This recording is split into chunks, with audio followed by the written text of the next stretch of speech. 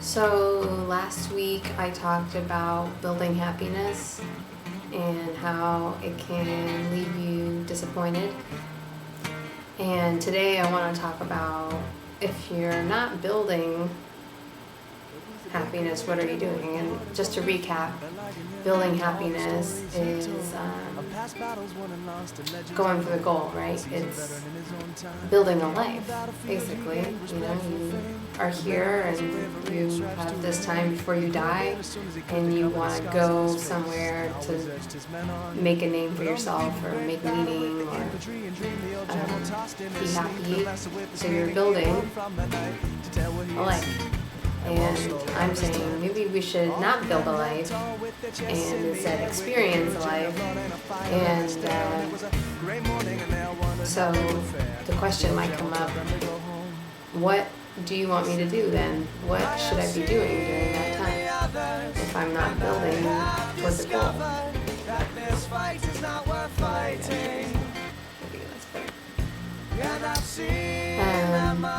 Okay, so we are not taking data from your life and applying it towards a master blueprint of getting to happiness. We're not taking our bricks and building a road toward the destination. So what are we doing? Nothing, basically. That's the whole thing. It's amazing what kind of lift, what kind of lightness we feel, what kind of burden is shed when your ultimate goal is to just be. That's all you have to do. And what does that look like or feel like? You are just being instead of doing. Well, basically,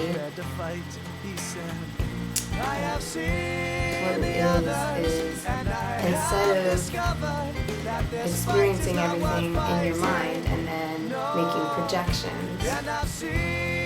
For example, I'm making this video and I'm projecting towards the future like a projector. Who's gonna watch it? Is it good for people? Yada yada yada, right? Instead of me in this body sitting in this chair in front of a computer screen, I'm not there with that. So that's how we miss out on our life, right? Because we're thinking about what we're being as instead of actually being in the body. So it's like a translation of reality instead of real reality. So what I like to call undoing, you know, Buddhists say non-doing, is to just notice what's happening around. I mean, that's basically the essence of meditation itself. You know, instead of trying to string all of our thoughts into truth and using our energy to string or to build. We're using our energy to see. So I think that's the major difference here. I'm getting it to myself. It's hard to articulate. So instead of using our energy and our time that we have on the planet to build towards a goal, we're using energy to experience life in that moment and in the next moment. And you notice if you start doing it and undoing it, which is I'm grasping here. I'm grasping, and the motion or the activity of undoing is this. It's going from this to this.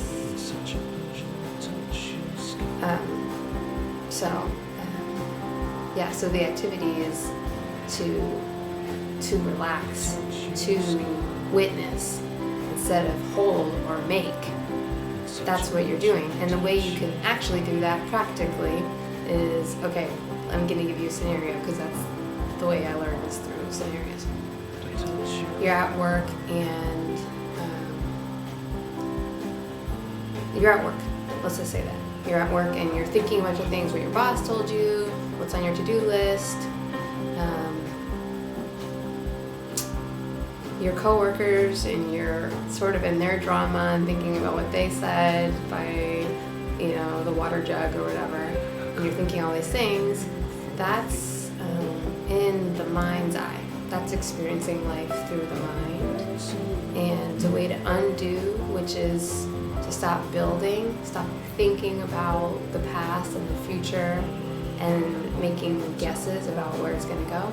And you're just undoing, which is being. Undoing and being are the same thing.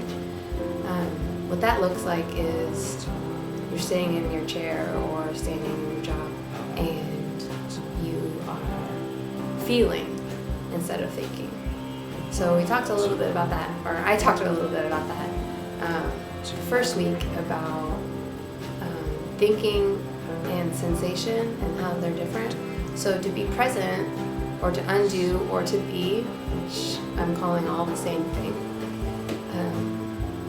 would be to realize that you're in a body with a mind that does its thing, and not just be in the mind's eye, not just be in the thoughts, but also remember that you have hands on the computer, or you have feet on the ground, you have a heart, that's beating incessantly, you have lungs that are breathing incessantly, and to recognize that, to be in this moment, and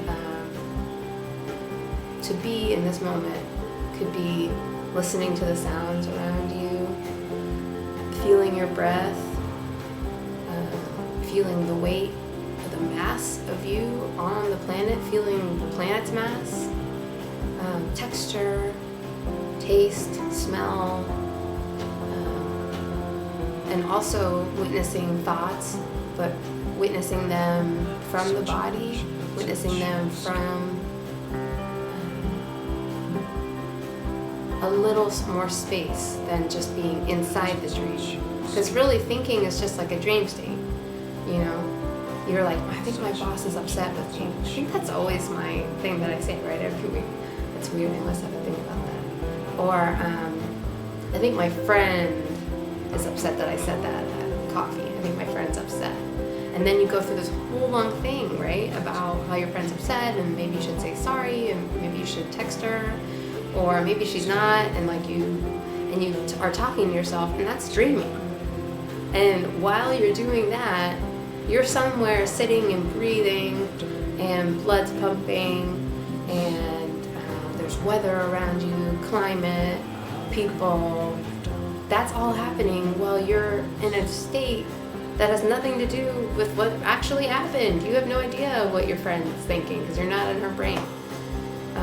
So we spend so much energy in this projecting, which leads to us building, right? We're taking information and we want to go somewhere, so we're taking it and we're storing it in the bank for later, or we are putting it in our house. And it takes so much energy to keep up with that data, to keep up with building your road towards happiness.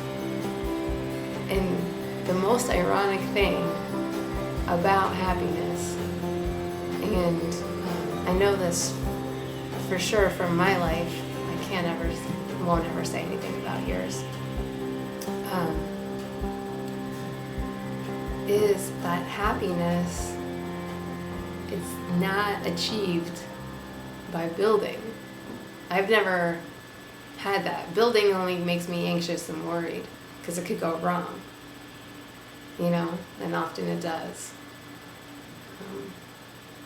And happiness really comes from just being, just allowing for it to well up. Instead of you willing it in your life, it just wells up when you allow it to, the way a cloud would well up with rain, or what else? A well, I guess. It's a good analogy. So that I think is interesting as an experiment to do if we notice ourselves building all the time and then also feeling disappointed a lot of the time. I mean, a lot of this is paying attention to how we actually feel now and before, and noticing, does building a life make me happy? And if you're like me and you realize that didn't really work for me, then we can experiment with this undoing or this beingness, which is to notice, to be aware that we are here, where we're sitting. And this is life. Life is not what we think it is in the next minute or the next 5 years, or what it was 10 years ago. It's this. That's the gist. That's the gist of what we can do if we're not building or projecting. We can